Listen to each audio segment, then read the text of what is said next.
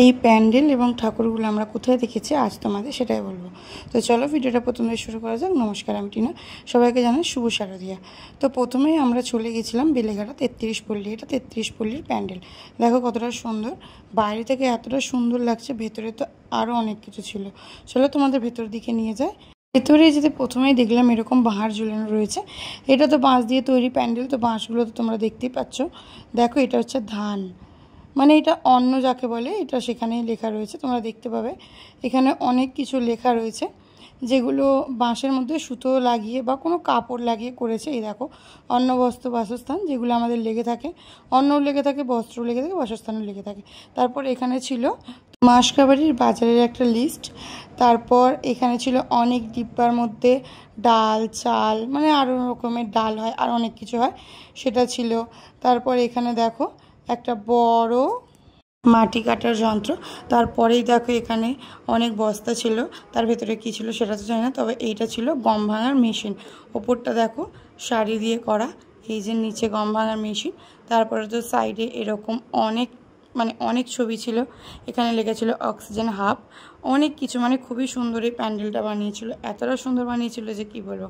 সাইডেও এরকম ছিল, মাঝখানের মধ্যে ছিল এরকম একটা চামচ যেটা উঠছে নিচের দিকে নামছে। চলো এবার তোমাদের প্রতিমাটাকে দেখিয়ে নিয়ে আসি। দেখো প্রতিমাটা সব থেকে আলাদা হয়েছে, দেখেছো কতটা সুন্দর, তাই না? কী দিয়ে বানানো সেটা তো বলতে পারবো না, বাট এটা হচ্ছে প্রতিমা, খুবই সুন্দর লাগছিল দেখতে। দেখো মানে সাদার মধ্যে করেছে, খুবই সুন্দর। তার পাশেও এরকম ছিল, মানে যেখানে দেখবে তোমরা একটু ডিজাইন করাই দেখবে।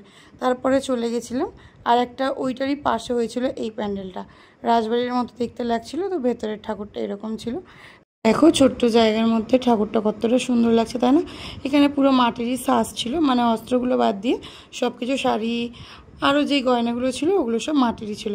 কতটা সুন্দর লাগছে না, ছোট্ট জায়গার মধ্যে ঠাকুরটা খুবই সুন্দর লাগছে। তারপর চলে গেছিলাম বেলেঘাটা নবমিলন। দেখো বাইরে থেকে প্যান্ডেলটা কতটা সুন্দর লাগছে, সামনেই ঢুকতেই বুদ্ধদেব বসে রয়েছে। তারপর এরকম চারদিকে বাঁশ দিয়ে এরকম চৌকো করার পর ওর মধ্যে অনেক কিছু লেখা ছিল।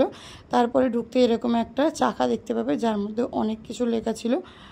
তারপর তো তোমরা প্যান্ডেলের সামনে যেতে এই বুদ্ধদেবটাকে দেখতে পাবে যে কত সুন্দরভাবে বানিয়েছে জিনিসটাকে। তারপরে নিচে যে পদ্মফুলগুলো দেখছো ওগুলো কিন্তু আসল, জলও আসল ছিল, পাতাও ছিল, মধ্যে পদ্মফুলও ছিল, এগুলো কিন্তু আসল জিনিস ছিল। তারপরে ঢুকতেই বাঁশের তৈরি ছোট ছোট কুঞ্চি দিয়ে তৈরি হয়েছে এই প্যান্ডেলটা। দেখো ভেতরে লোটাস মানে পদ্মফুল রেখেছে, হয়তো কোনো কাপড় দিয়ে বানানো বা কাগজ দিয়ে বানানো। ওপরটাও দেখো কতটা সুন্দর লাগছে, তাই না? সাইড থেকেও যেরকম পদ্ম ফুলের গাছটা বেরিয়েছে। তারপর চলো তোমাদেরকে এবার প্রতিমাটাকে দেখে নিয়ে আসি। এই দেখো ঠাকুরটা কতটা সুন্দর লাগছে, তাই না? আমার তো খুবই ভালো লেগেছে। সাইড থেকেও দেখো এরকম পদ্ম ফুলগুলো এরকম সুন্দর লাগছিল। তারপর আমি একটু ফটোটাও নিয়ে নিলাম ঠাকুরের, দেখো। তারপর চলে গেছিলাম আর একটা প্যান্ডেল দেখতে। দেখো বাইরে থেকে কতটা সুন্দর লাগছে, তো ভেতর থেকে কীরকম হবে সেটাই দেখার। তো চলো যাওয়া যাক ভেতরে। বাইরে থেকে দেখে তো ভিড়টা কমই লাগছে, চলো ভেতরে যাওয়া যাক। তো ঢুকতেই দুটো বড় বড় ঝাড়বাতি দেখতে পেয়েছি। তারপরে এখানে কারোর নাম ছিল, মানে অনেকজনেরই নাম ছিল। দুপাশে দেখো কত বড় বড় এতে লেখা রয়েছে। তারপরে তো এটা জালের মতো লাগছিলো, এপার দুপার সব দেখা যাচ্ছিলো। দেখো এই ভেতরে এগুলো যে বন্দি করে রেখেছে, মানে ওটা দেখাচ্ছে কি কী ছিল সেটা বুঝতে পারিনি আমি। চলো ভেতর দিকটা নিচে, এই যে তুমি গোলটা দেখতে পাচ্ছ, এইখান দিয়ে ঠাকুরের পুরো মুখটা দেখা যাচ্ছিলো, মানে দুর্গা ঠাকুরের মুখটা দেখা যাচ্ছিলো, খুবই সুন্দর লাগছিলো। এখানে ঢুকতেই ডিজাইনটা এরকম ছিল। তারপরে এত বড় একটা কাঁচি ছিল, কাঁচিতে কাউকে কাটার চেষ্টা করেছে সেটা আমি বুঝতে পারিনি। তারপর ছিল এরকম ভেতরে ঢুকতে ওপর দিকটা গোলের মধ্যে এতজনের মানে ছবি ছিল, কিন্তু এতজনের ছবি কার কার ছিল সেটা তো ঠিক বলতে পারবো না, অনেক ছবি ছিল। চলো এবার তোমাদের প্রতিমাটাকে দেখিয়ে নিয়ে আসি। দেখো এটা হলো প্রতিমা, মানে দুর্গা ঠাকুর মহিষাসুর এক সাইডে, তারপর লক্ষ্মী গণেশ সরস্বতী আরেক সাইডে। তোমরা তো দেখতেই পাচ্ছ দুটো দুপাশে রয়েছে, মানে একটা এক সাইডে রয়েছে আর একটা এক সাইডে রয়েছে। কতটা সুন্দর লাগছে দেখো। আমার মনে হচ্ছে হয়তো এই ঠাকুরটাকে পুজো হবে না, নিচে কোনো একটা ঠাকুরকে পুজো করবে। এই হারমোনিয়ামটা দেখো, সব থেকে ভালো লেগেছে হারমোনিয়ামটা, যেটা শোলা দিয়ে তৈরি করেছে, মানে হারমোনিয়ামের ওপরে কত সুন্দরভাবে ডিজাইনটা করেছে, খালি দেখো। এই পাশেও কিছু জিনিস ছিল, এখানে একটা বড় আয়না ছিল যেখানে দাঁড়িয়ে আমি একটু ভিডিও নিয়ে নিচ্ছিলাম। তো এখানে থিম হচ্ছে পড়শি। চলো এবার অন্য একটা প্যান্ডেলে যাওয়া যাক। এইখানে আমি তোমাদেরকে বলে রাখি যে আমি যে কটা প্যান্ডেল এখানে দেখাচ্ছি সব বেলেঘাটার আশেপাশে হয়েছে। এই থিমটা আমার যতটুকু মনে হচ্ছে, থিমের নামটা তো আমি দেখতে পাইনি, এটা আমার মনে হচ্ছে 1947 সালে দেশ স্বাধীন হওয়ার পরে বা কোনো কিছু একটা বোঝানোর চেষ্টা করছি, কিন্তু 1947 সালে।